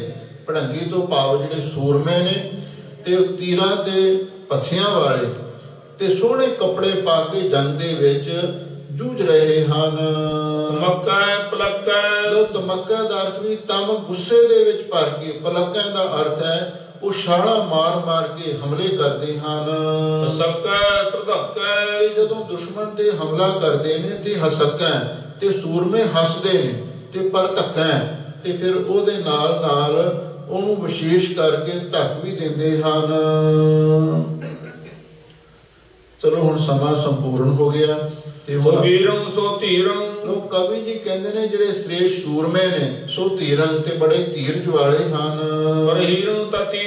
ਤੀਰੰ ਦਾ ਅਰਥ ਹੈ ਤੀਰਾਂ ਨੂੰ, ਪਰ ਹੀਰਨ ਦਾ ਅਰਥ ਵੀ ਉਹ ਮਾਰਦੇ ਨੇ। ਜਿਹੜੇ ਸੂਰਬੀਰ ਧੀਰਜ ਵਾਲੇ ਹਨ, ਧੀਰਜ ਵਾਲੇ ਸੂਰਮੇ ਨੇ, ਉਹ ਤੀਰਾਂ ਨੂੰ ਮਾਰਦੇ ਹਨ। ਤੇ ਸੂਰਮੇ ਤੀਰ ਮਾਰ ਕੇ ਪਲਟਾਂ, ਦੁਸ਼ਮਣ ਨੂੰ ਉਲਟਾ ਕੇ ਸੜ ਦਿੰਦੇ ਨੇ, ਤੇ ਬਿਲਟਾਂ ਫਿਰ ਕਈ ਵਾਰੀ ਆਪ ਵੀ ਉਹ ਪਲਟੀ ਖਾ ਜਾਂਦੇ ਹਨ। ਤੇ ਫਿਰ ਉਹ ਛੁੱਟਦੇ ਨਹੀਂ, ਭਾਵ ਉਹ ਛੱਡਦੇ ਨਹੀਂ ਦੁਸ਼ਮਣ ਨੂੰ, ਉਹ ਪੱਟਾਂ ਤੇ ਉਸਦੀਆਂ ਜੜ੍ਹਾਂ ਪੱਟ ਕੇ ਛੱਡਦੇ ਹਨ। ਸੂਰਮੇ ਉੱਚੀ ਉੱਚੀ ਬਬੱਕਾ ਦਾ ਅਰਥ ਵੀ ਬੋਲਦੇ ਨੇ, ਵੰਗਾਰਦੇ ਨੇ, ਨਾ ਥੱਕਾਂ, ਤੇ ਜੰਗ ਕਰਦਿਆਂ ਥੱਕਦੇ ਨਹੀਂ ਹਨ। ਤੇ ਫਿਰ ਦੁਸ਼ਮਣ ਦੇ ਵਿੱਚ ਧਸ ਕੇ, ਦੁਸ਼ਮਣ ਦੀ ਫੌਜ ਵਿੱਚ ਧਸ ਕੇ ਜੰਗ ਕਰਦੇ ਨੇ, ਝੱਕਾ, ਤੇ ਕੋਈ ਝੱਕਦਾ ਨਹੀਂ ਹੈ, ਤੇ ਐਨ ਸਾਹਮਣੇ ਹੋ ਕੇ ਝੱਕਾ ਦਾ ਅਰਥ ਵੀ ਉਹ ਜੂਝਦੇ ਹਨ। ਤੇ ਉਹਨਾਂ ਦੇ ਹੱਥ ਵਿੱਚ ਅਦਗਮ ਦਾ ਅਰਥ ਹੈ ਚਿੱਟੀਆਂ ਲਿਸ਼ਕਦੀਆਂ, ਖਗਮ ਦਾ ਅਰਥ ਹੈ ਤਲਵਾਰਾਂ, ਤੇ ਕੇ ਖੰਡੇ ਫੜੇ ਹੋਏ ਹਨ। ਤੇ ਬੜੇ ਅਲੌਕਿਕ ਸੂਰਮੇ ਨੇ। ਅਭਗਮ ਜਿਹੜੇ ਮੈਦਾਨੀ ਜੰਗ ਨੂੰ ਛੱਡ ਕੇ ਭੱਜਣ ਵਾਲੇ ਨਹੀਂ ਹਨ। ਉਹਨਾਂ ਦੇ ਹੱਥਾਂ ਵਿੱਚ ਬੜੇ ਸ਼ਸਤਰ ਚਮਕਦੇ ਨੇ, ਤੇ ਤਲਵਾਰਾਂ ਲਿਸ਼ਕ ਰਹੀਆਂ ਹਨ।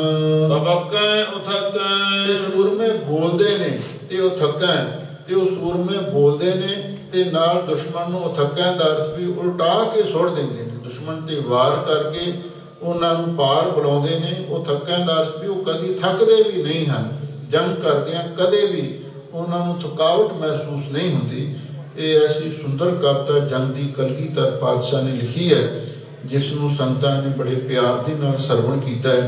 ते हुण अगे वधेरे गुरु महाराज नूं जंग दे नाल प्यार है।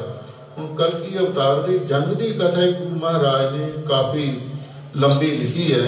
समय सिर आके संगतां जंग की कथा सरवण करो अते नाल ही कलगीधर पातशाह दा खंडे बाटे दा अमृत छको, गुरु वाले बनो ते नितनेम करो, बाणी दी रहत विच ते बाणी दी रहत विच परपक्क होवो। सो हुण इत्थे कथा दी समाप्ति है। होईयां भुल्लां चुकां लई खिमा। बुलाओ फतेह। वाहिगुरु जी का खालसा, वाहिगुरु जी की फतेह।